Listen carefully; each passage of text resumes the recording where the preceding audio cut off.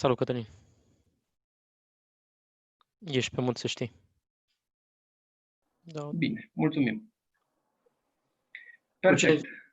Cu ce întrebare încep, Cătălin? Nu încep cu întrebări, voi începe cu o prezentare a ideii de publicare a autorilor români în străinătate și un mecanism de susținere a acestei idei din punct de vedere logic. Apoi vom avea câteva întrebări pentru voi. Cât de încântați sunteți, cât de mult vă doriți să publicați în străinătate, După care o să-l rugăm pe Cristi să ne spună ce condiții trebuie să îndeplinească autorii români pentru a putea trimite texte către publicare. Oricum, prima parte va fi o introducere de-a mea, sunt vreo 4 pagini de citit, și apoi discutăm relativ liber. Da. Da? E ok. Sigur. Interveniți acolo unde simțiți nevoia să iasă bine. Da? Ok. Sigur că iasă bine. We're live on Facebook now. Yep. Perfect. Live on Facebook. Hello everyone.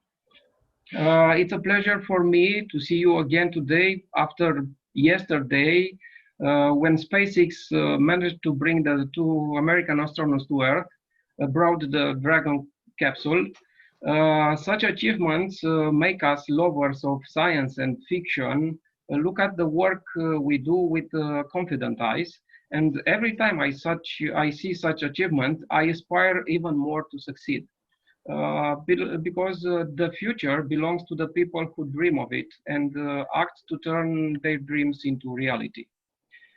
My dream as an editor and writer was and is strong and exciting to publish and make known Romanian writers and their works all over the world. That is why my belief is this. The literature created by Romanian writers is as valuable as the one of the foreign writers. This finding was the first cornerstone of the science fiction collection CSF project, initiated by Pavel Publishing House, and I made it more than a belief, but I dare to say a faith. In just a few years since the start of this miraculous publishing adventure of Romanian authors of science fiction literature, I strongly believe that Romanian writers can hold high their heads next to any sci-fi creator everywhere in the world. Many say that it is wrong to compare ourselves with America, the most prolific country in the field of science fiction. But I believe that it is precisely with America and the Americans that we should compare ourselves. Because you cannot grow to your true potential if you take as a point of reference something that is insufficiently matured. You cannot strive for a relevant success if you refer to small-scale success. So without any embarrassment, let's compare ourselves to the Americans. Let's see where they are, where we stand, to breathe deeply and motivated by an inspiring vision to roll up our sleeves and work within the winning attitude. The official numbers, which anyone can find by searching the specialized sites, tell us the following story. US has a population of approximately 326 millions. Romania has a population of approximately 19 millions. There are about 218,000 writers in the US. There are about 3,000 writers in Romania. There are around 32,000 publishing houses, from the huge multinationals to those owned and operated by a single man. We have officially 4,500 publishing houses, but in fact, only 9% are active. They publish a minimum of 10 titles per year, which means that in Romania, there are only about 400 publishing houses that really matter. The American yearly annual book sales volume is about $45 billion. Romania yield a mere $250 million per year from book sales. There are about 120,000 libraries throughout the US. In Romania, there are roughly 1,000 libraries. Okay, bookstores. Almost 30,000 bookstores in the US and just 300 in Romania, out of which 80 in Bucharest only. The numbers of readers in 225 million Americans, and we can still talk about 1,500,000 Romanian readers. Let's stop here with the numbers so we don't get depressed. Just kidding. In fact, when we look emotionless and at this number, still they do not show insurmountable differences between us and them. There it is. They have one writer for 800 readers. We have one writer for 500 readers. They have 9 writers per publishing house. We have 8 writers per publishing house. They invest $200 per year per reader. We invest $167 per year per reader. What are they better at? At the distribution, marketing, in advertising, branding, viralizing information about books, authors, stories, characters, and ideas. So what is the secret to their success? Distribution, marketing, advertising, branding, viralization of information. At the first sight, it seems so. If, however, we look more closely and analyze in depth, we will find the feature that although it is as exposed as possible, visible, is classified as their biggest secret, their strong point in the book industry. They're in their sleeve, the ace in their sleeve. They read in overwhelming proportion American authors. We read in overwhelming proportion American authors. The publishing houses publish in overwhelming proportion American authors. Our publishing houses publish in overwhelming proportion American authors. In their bookstores, you can find in overwhelming proportion American authors. In our bookstores, you can find in overwhelming proportion American authors. These readers talk about the books of American authors. Our readers talk about the books of American authors. What a demonstration, right? Or according to the famous law of growth, the thing you focus on is growth. And the rhetorical question I have to ask now is, which book and authors do Americans turn their attention to? And I'm convinced that you were once in a crowd that pointed the finger at the same time at a certain thing to which you immediately turn your attention as if at a command. It's just as simple at a certain things to which you immediately turn your attention, but it's just a simple and very old technique for directing the attention of the masses, which has never failed. And we won't ever give up. Now, do you understand why I strongly believe in Romanian authors and their writings? Why do I strongly believe that the CSF project, which well brilliantly surpasses the beautiful figure of 120 titles, being exclusively dedicated to Romanian authors, has huge chances to bring back the hope of Romanian science fiction writers and to make them even better, more professional, so that they become famous on all the meridians of the world? Do you understand now why am I so excited and happy every time a new book appears in the science fiction collection bearing the signature of a Romanian writer? Because we are nothing less than other writers, be they Americans. It is true that many of us grew up and refined our literary taste by reading American top writers, but it is impossible not to have vibrated as much with the beautiful stories offered by Vladimir Colin, Adrian Rogoz, Horia Aramov, Voicu Bugariu, Ion Hobana, Alexandru Mironov, Mircea Opriță, Romulus Bărbulescu and George Anania, Camil Baciu, or more recently Aurel Cărășel, Mihail Grămescu, Dănuț Ungureanu, Florin Pâtea, Mircea Liviu Goga, Sebastian Corn, Victor Martin, Rodica Bretin, Sergiu Someșan, Dan Doboș, Liviu Surugiu, Ana Maria Negrilă, Liviu Radu, or Florin Purluca, Alexandru Lamba, Daniel Ninoiu, Ana Veronica Mircea, Adrian Mihălțianu, Daniela Faur, Daniel Timariu, Ana Maria Borlan, Ovidiu Vitan, Laszlo Tarco, Florin Giurcă, Diana Alsner, Florentin Haidamac, Claudiu Murgan, Costi Gurgu, Cristina Ghidoveanu, Boris Velimirovici, Cristian Cârstoiu, Daniel Vodgros, Alexandru Trușcă, Lucian Dragoș Bogdan, Cătălina Fometici, Darius Cupov, Teodora Matei, Nic Dobre, Pompilian Tofilescu, Lucian Vasile Sabo, Teodora Angel, Eugen Cadaru, and many others. You have already met or will meet some of those I've mentioned earlier in the Atlanticon 2020 workshop, and you will enjoy their ideas and literary mastery.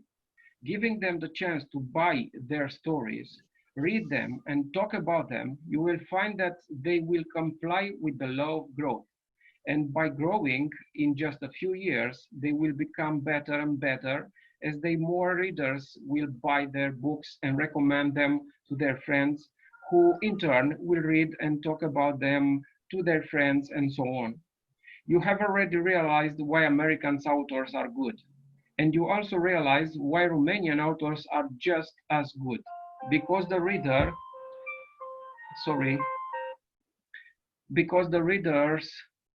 read to them, because they give them a chance and another chance and another chance, because they buy them and thus offer them the opportunity to live from their art.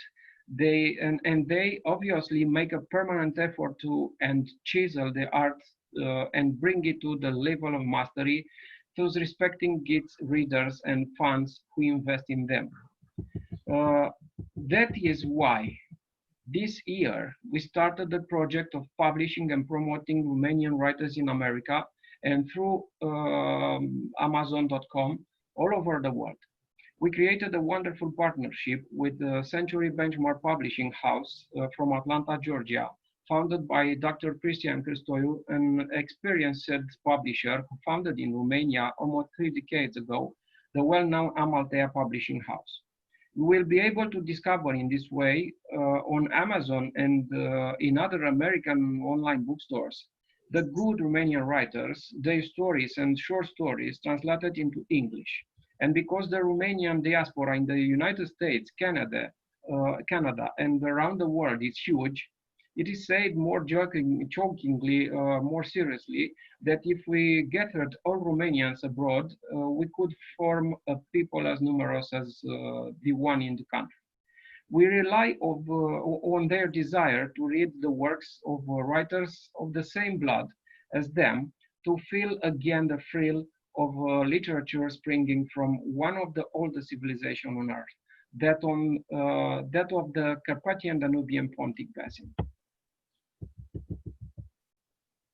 Yesterday, you had the opportunity to find out a lot of information about the annual anthology of Romanian writers, already published on Amazon, suggestively called Carpatica, a project that will continue year after year because we believe in Romanian writers and in Romanian literature, and we hope that a lot of readers and fans from all over the world will fall in love with it.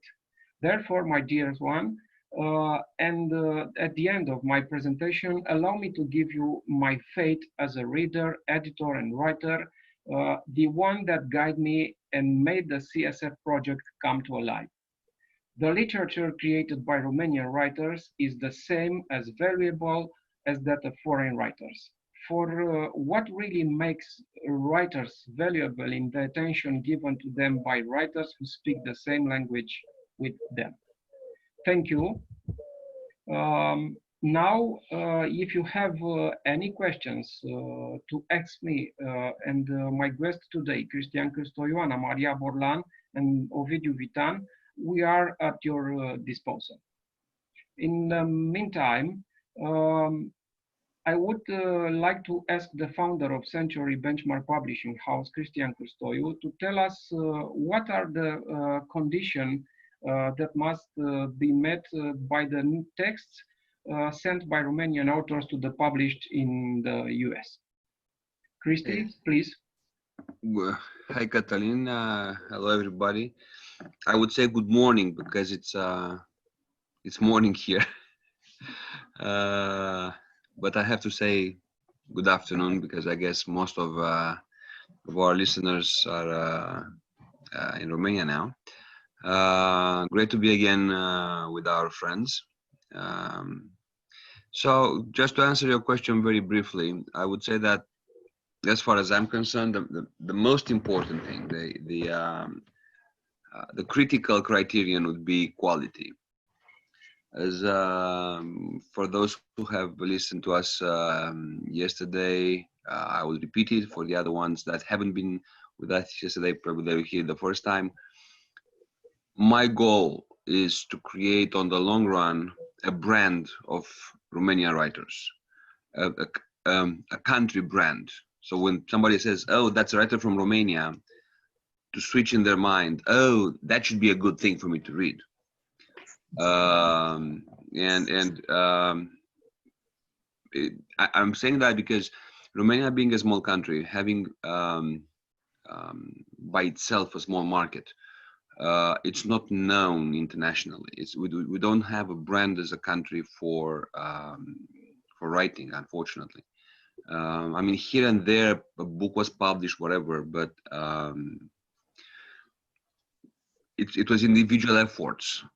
What we're trying to do would be to create a stream, a focus stream on the Romanian authors, and it's, of course, going to take a while. It's not going to be happening overnight. But from that perspective, the quality of the writing should be international standard. So you mentioned it very well. We might not be comparable with the American market in all the respects. Every writer has better and worse writings because nobody's always keeping the peak performance. But the moment a valuable book, a valuable novel, a valuable novella is available, that should meet the standards.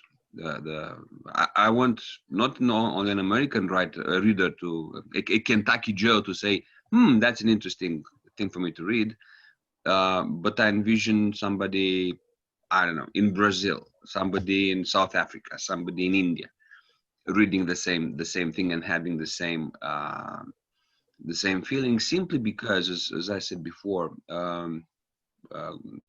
creating this publishing stream on Amazon gives us an open window to the whole world. Now, the second criterion, which is more technical, would be the length of what's being published. Because of how the whole online publication works and everything in there, and the pricing and the marketing strategies, it's a complex mix. I'm working on to optimize the whole process. But I would strongly suggest that anything published to be no less than 10,000 words. 10,000 words is not that much. It's probably within the thresholds of a short story. American criteria to separate between novels, novellas, and short stories, roughly it's 15,000 or less is a short story, 40,000 or less is a novella, 40,000 or more is a novel. So we're looking at novella size publishers, writings. So 10,000 would be a recommended minimum. Optimum would be 15,000 or more. Other conditions is that the respective work not to be published for free elsewhere. We'll get in a conflict of interest, sort of saying, with Amazon if we upload a file that has published elsewhere for free, because I mean for free meaning it becomes kind of a public domain. We have an author here that has a partnership with somebody else on their own terms. Wonderful. Promoting the author by himself is great. But if in the terms of that promotion type, his work that we try to put it online for to be paid for, not for free, is in the same time available for free somewhere else, Amazon will come and ding us and say, hey, fix the problem. We don't want to publish something that is for free somewhere else, and we sell it because it's a conflict of financial interests, which makes perfect sense.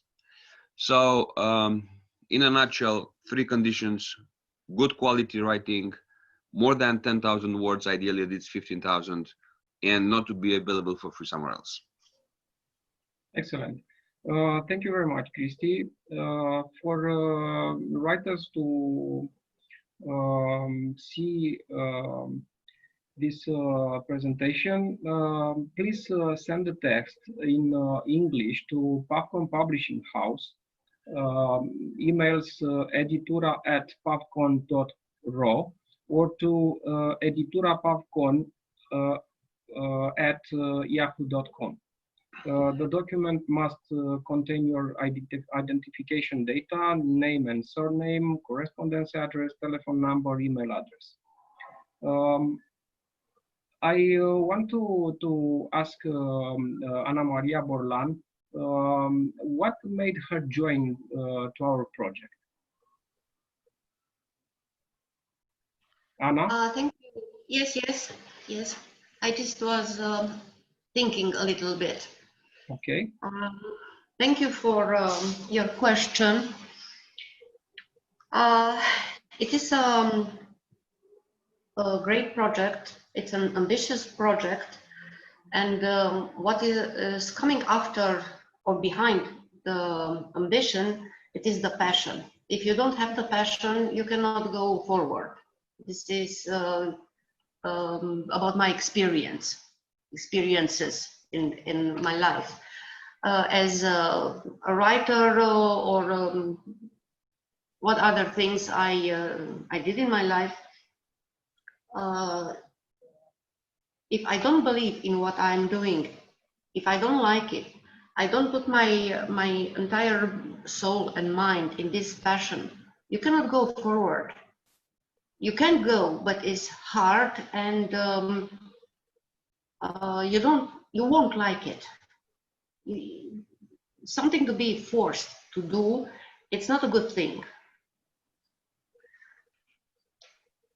And as a writer, I'm writing from 1981, something like that. I was published. I am now published. Thank you for this great chance. And of course, like other writers, Romanian writers, me too, I desire to be known as an author of the science fiction and fantasy genre around the world. Of course, I don't see it like something bad. It's a good thing to be known, to be to find some appreciation of your work, of your effort, of your ideas, everything you put into your work, because it is a work. It is a hard work. It's not easy to write. I know people. I know readers who used to ask me how this is a short story. This was so easy to write it, right? No. It is not about. A short story is easier to write, like a novel or something long or something. It is not about the caliber. It is about what you put into that story. You can have a short story, 5, 8, 9,000 words story. It could be more dense than, well, a very long novel. It depends on how you, as I said, how do you calibrate yourself? How do you calibrate what you know, what you want to put in that story, and what you want to acknowledge the reader? It is very important because you are writing. It is your passion, of course, but you can write in your entire life without publish anything. When you publish something, this is like a wow. You said an oath. It is a permission for the writer, the reader, sorry, for the reader. And you promise yourself, and the reader will feel this permission, that you never will take it low before that reader. You will keep your promise, and you will write better and better and better. Not only for you, mainly for that writer who trusts you. What means this trust? He reads you, he buys your work, and here is a great circle. You write for you, but you write for a reader. The reader reads you. You write for the reader buys you. If the reader likes what you write, then he spread the word. He is going further. You are like writer, read by more and more and more and more people. These people, of course, buys your work, and you have a satisfaction. It is a satisfaction, not only the money. It is the satisfaction that that book that have your name on the cover reach so many people. And if these people are, it is beautiful. It is beautiful in Romania, in every town or in every region from Romania. But it's beautiful when you are acknowledged in other countries. When your book goes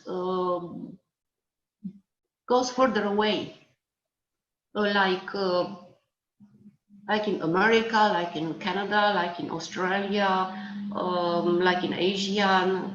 There are so many continents on our planet, right?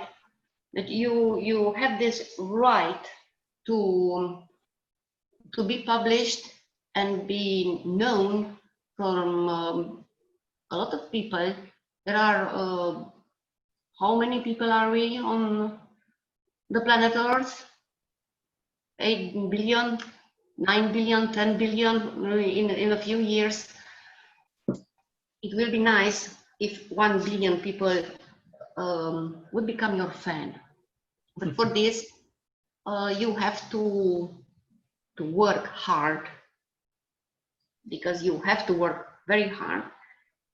But if you work hard, if you go with your passion, I am absolutely sure that people will trust you, will read you.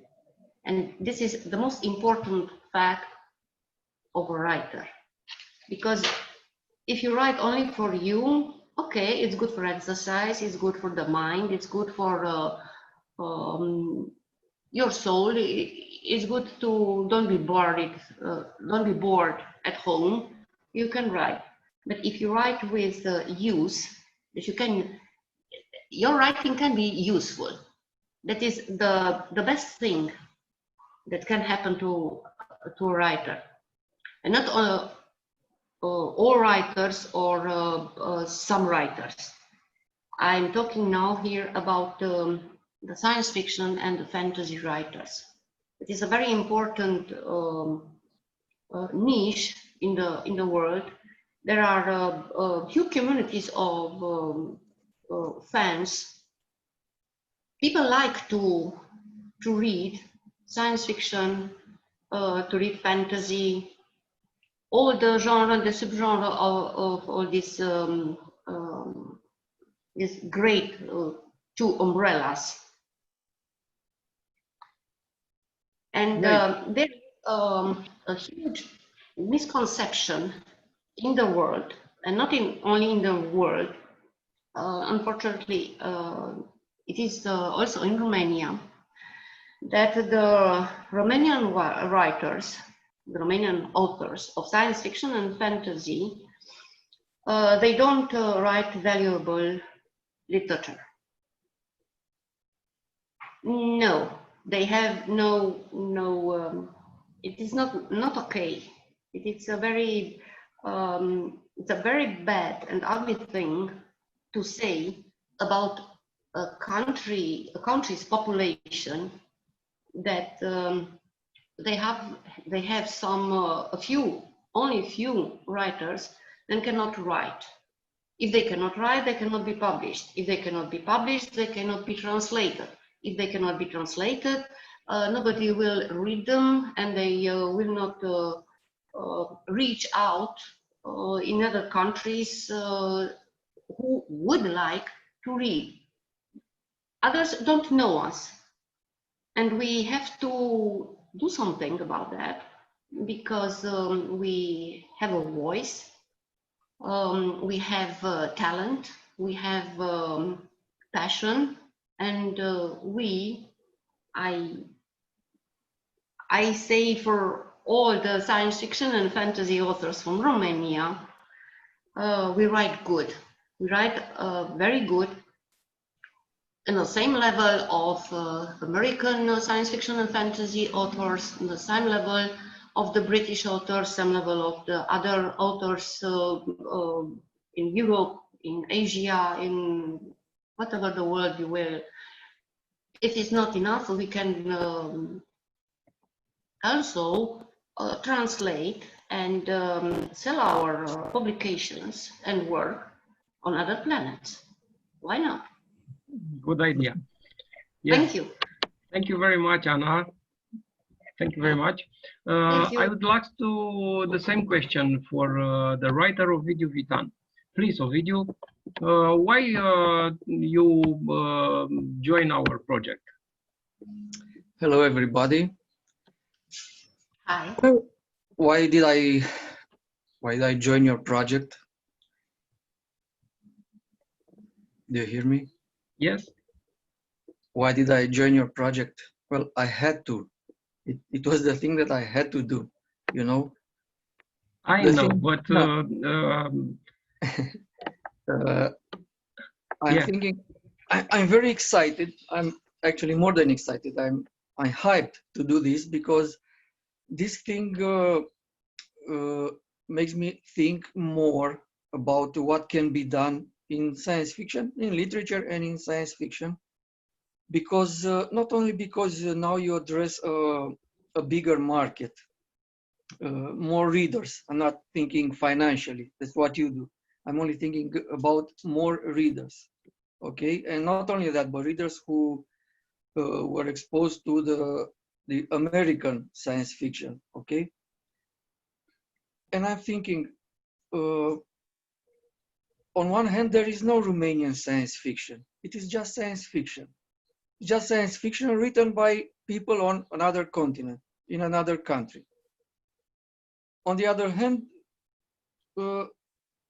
there has to be something specific to Romanian, to science fiction written by Romanians. I'm sure there has to be, and I'm not talking about the Romanian folklore and stories and characters that are not well known in America or in the rest of the world, but only in Romania or maybe in this part of Europe. And those characters would make great films, great books. They already do, but maybe they are not very well known outside Romania. Okay.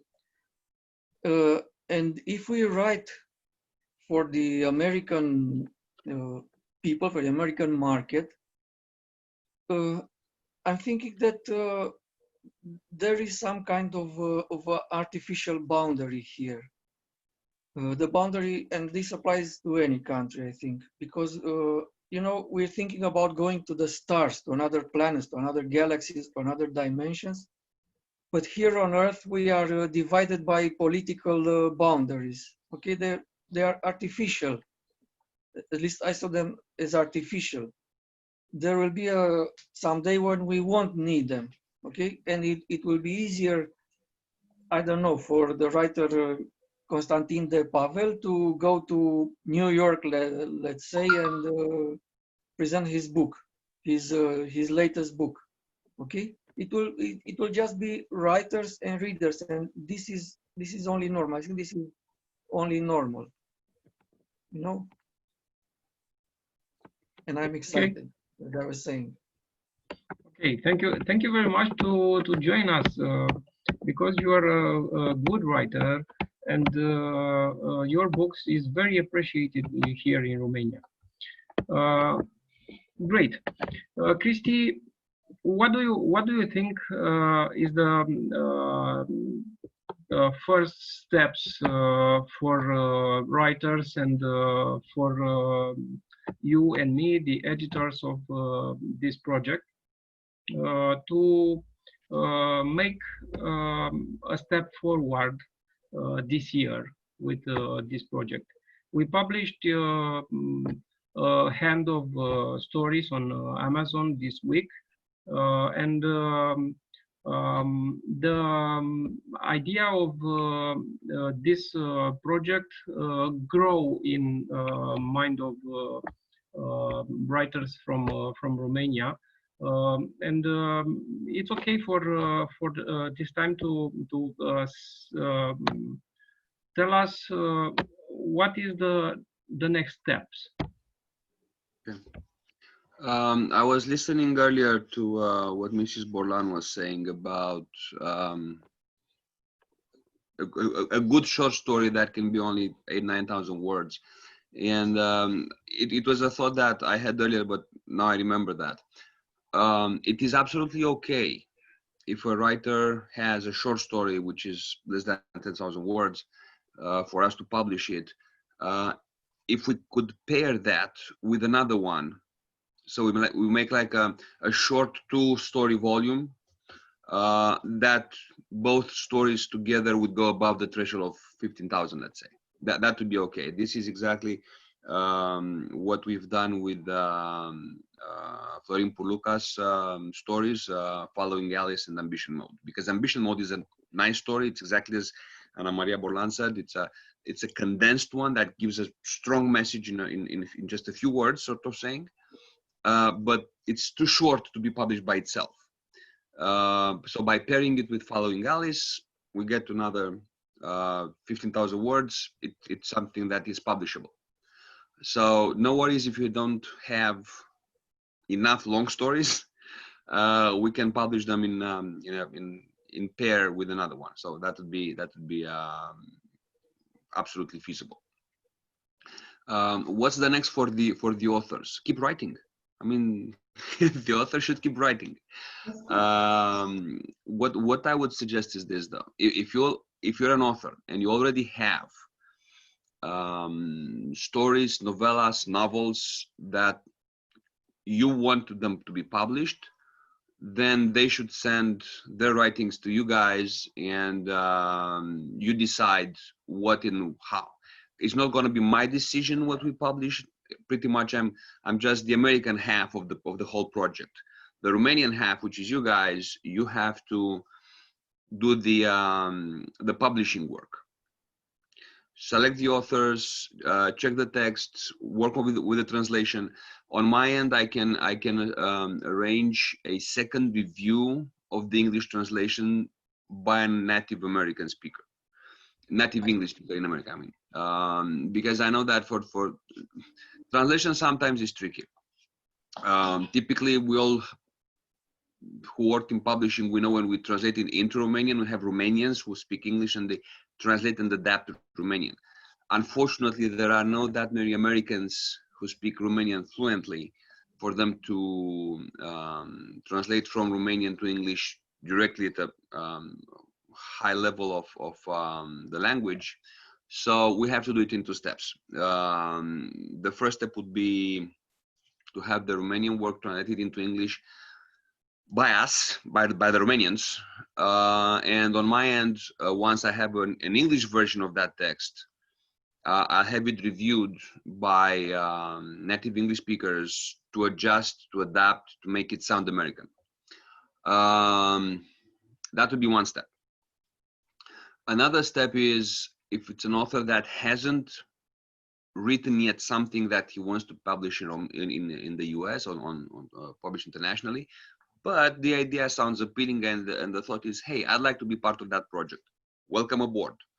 I would start with identifying a kind of a niche, a kind of a, how can I say, if you consider yourself launching on the international platform, even if you are an established Romanian writer, but you haven't been published internationally, I would look to have something that is more appealing to the market today. As Ana Maria Borlan said earlier, and I'm sure that Ovidiu has more or less similar thoughts. And you and I, as publishers, we've seen that so many times. We know that there are two types of writers. It's writers who write for the sake of the art. They don't care that much about money. I mean, of course, money is always important. Don't get me wrong. Money is always important. But it's the authors who write for the pleasure of writing. It's an artist who expresses himself, who expresses himself or herself in words, right? Not all the painters paint for money. Some painters paint for fun, right? Not all the writers write for money, right? And it's great. You feel something, you express yourself in an art, in a words form, that's wonderful. That doesn't mean though that what you think it's okay for you is going to be okay for a 350 million people market. There's another type of authors who have a talent to write, but they choose their topic, they choose their subjects, the characters, the location, whatever, based on what the market is really to pay for. So what is the market willing to pay for? And then I write for that. I put my talent into giving these guys what they want and they're willing to pay. Which is another point. I mean, again, both ways are okay. It just, as an author, you have to understand where do you position yourself, what matters most. Unfortunately, to have that meeting point of both, I write the way I feel and make money of that with that, not okay. Let's say it's a little chance to happen, right? So we can work on that. I mean, if you don't have the expertise, if you don't have the knowledge, okay, what should I write about? Let's talk about it. We can help. We can work as publishers to identify the areas that the market is interested and advise the writers on the writings, strategies, topics, this kind of stuff. The writing itself obviously would belong to the writer, but where they position themselves, it's something we have to work together as publishers on one end and the authors on the other end. Yesterday in my intervention, I mentioned briefly about the majority of young, teenage, and juvenile fiction in the US is mostly fantasy, mostly paranormal, not that much science fiction. That's okay, but it's just an observation I made personally. And it's interesting to see how the young kids think about. Yesterday afternoon, for example, we went out, we had a birthday party of a child in our community, in our Romanian community here. And my son was talking vividly with a girl. I mean, don't get me wrong, he's almost 8. And the girl was about 10. And I asked, oh, what were you talking about with the girl? I was curious, you know. He said, well, we have common interests. Oh, okay. Such as paranormal, transformers. Okay. So the first thing at age 8, it's almost 8, he said he found in as a common ground with another child was paranormal. So just observation, okay? Yeah. I don't say that they were typical for the whole range of kids. I don't say that we should focus on kids, but I'm thinking in a few years he's going to buy his own books. For now, we buy books for him, but in a few years he will say, I want that book, I want that book, I want that book. As a parent, I'm going to obviously subsidize his reading passion, right? So I can make this kind of observation anecdotal. I mean, what I see personally, or I can make it from analyzing, reports and data and statistics, because my personal view might be biased. But getting back to your original question is about what the author should do. Decide first. You write for your pleasure or you write for money. Just make a choice in your mind. Don't feel guilty if you choose the other one. I don't care. I'm gonna publish you. If it's a good writing, we're gonna publish you. But if you decide to write for your pleasure, that's great. Work for that work you do to be international standard. Just don't read it again. Create a group of peers to support you. Check with other people to do the alpha reading and the beta reading. Alpha reading is people who assess what you write while you write, so they give you feedback on the progress. Beta readers are the ones that would read towards the end, looking to the whole process and give you feedback on the whole thing. And make it a great novel, make it a great novella. That would be great. If you want to publish mostly to have financial success, do your research and figure out what is the market willing to pay for. Who is your market? Who are paying for that? And my perception is mostly in the sci-fi and fantasy, most readers are somewhere between 12 and 25. That would be the bulk of the readers. Of course, I'm in the 40s. Some people are, middle age as well. We still love to read sci-fi. But from what I'm reading and what for people my age are reading, the sci-fi reading, even if 20 years ago was 80%, now it dropped to a very small percentage. We read mostly non-fiction, we read other things because we don't have the time. We compete for the time with other people.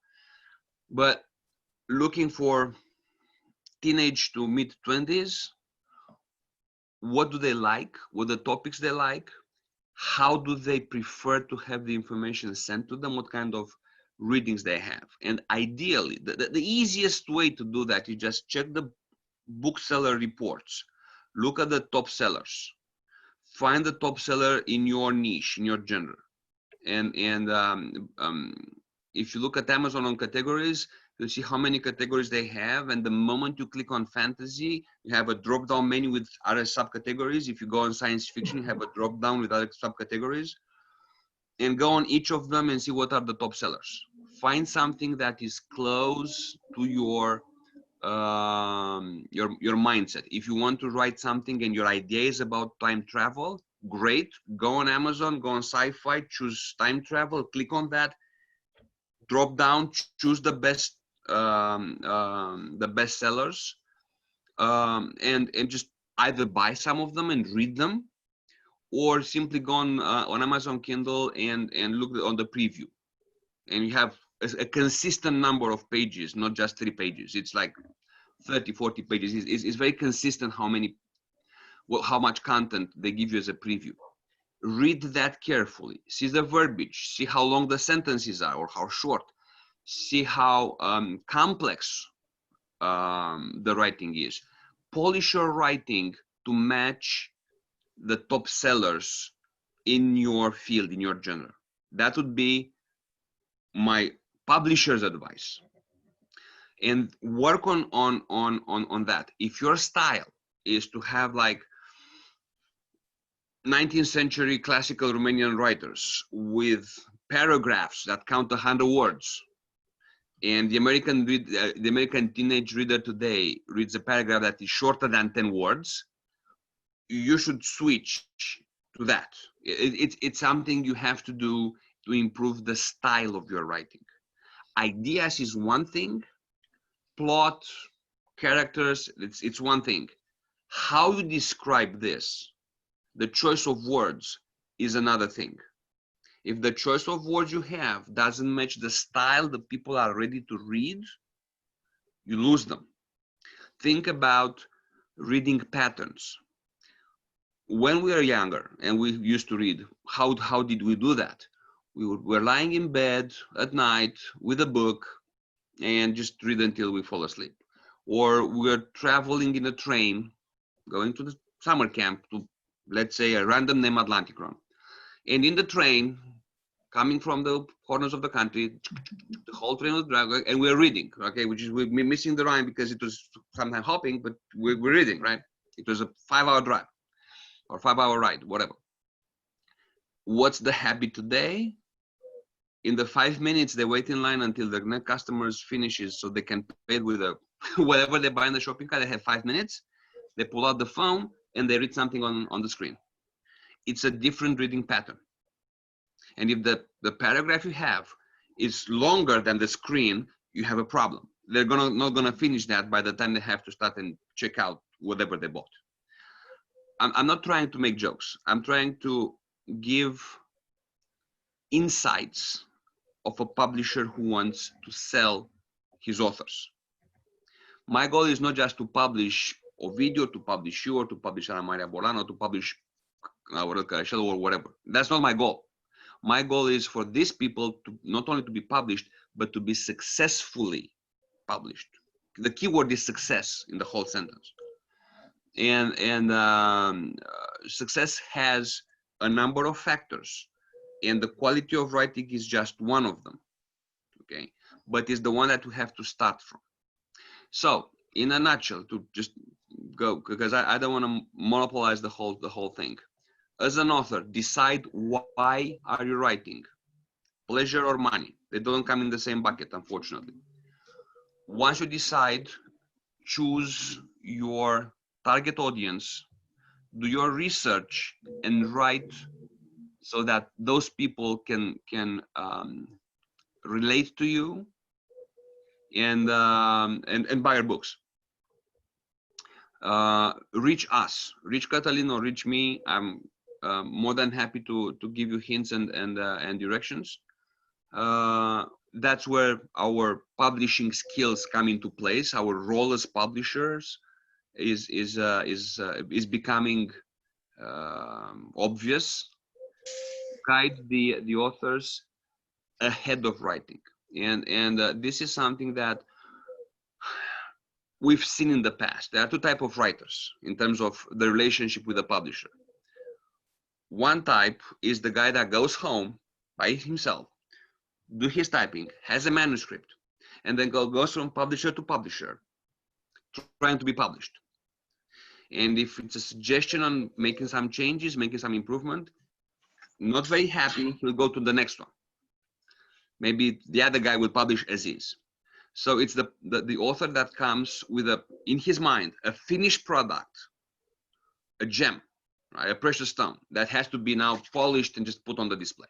That's one type. The other type is the author that has an idea but hasn't written yet, not a single line. Reaches the publisher first, comes to me, comes to you. Say, hey, I have this idea about this book. Start working with the publisher, with the editor, and by the time the writing starts, gets engaged with that alpha readers I was speaking about, to give him feedback throughout the process. So by writing the book, every single chapter of the book is reviewed by somebody he can work with, to adjust the content, to adjust the plot, to adjust the characters, so that by the end, the whole process has already been beta tested, sort of saying. And then we have a book that matches the publisher's taste, which the publisher taste is pretty much the voice of the market. And in the same time, it reflects the ideas and the style of the writer. These ones are just few, probably less than 5% of the authors, maybe less than 2% of the authors belong in this category. But these are the ones that are successful because they have a product which is pre-designed and pre-marketed. So by the time it's ready for print, it already has a market. My advice is do your best to be in this niche, narrow, top category of successful writers. Thank you very much, Cristi. Excellent information for all the authors. I ask the authors who want to participate in the CSF America project to contact us at editor@pavcon.ro for details and information. We will give a lot of attention. We will give our appreciation for their work, and we'll do the best to publish their novella, their stories on Century Benchmark Publishing House in USA. Thank you very much, guys. Thank you very much, everyone. And see you tomorrow with Florin Purluca, who told us about his apocalyptic novella, Dust. See you tomorrow. Thank you very much. Bye. Thank you. And bye. Bye bye. Bye, everybody. Great to be. Hai că scris Călin ceva. Yes. To all. 2 hertz. It's okay. 2 hearts. Oh. Yeah, Great. yeah. Yes, yes, yes, yes. He loves us. Frumos din partea lui. Excellent. Thank you very much. Thank you. Bye-bye. Thank you. Bye bye. Have a nice day. Bye. Bye. Watch Atlantic Run all day, because today we are in direct with NASA. Okay, about Mars, about Perseverance. Yeah, NASA. Yes, yes. Oh, Right. Great. Great. Bye now. Great. Goodbye. Okay, bye. Bye. Have a good day. Bye. Goodbye. Bye, everybody.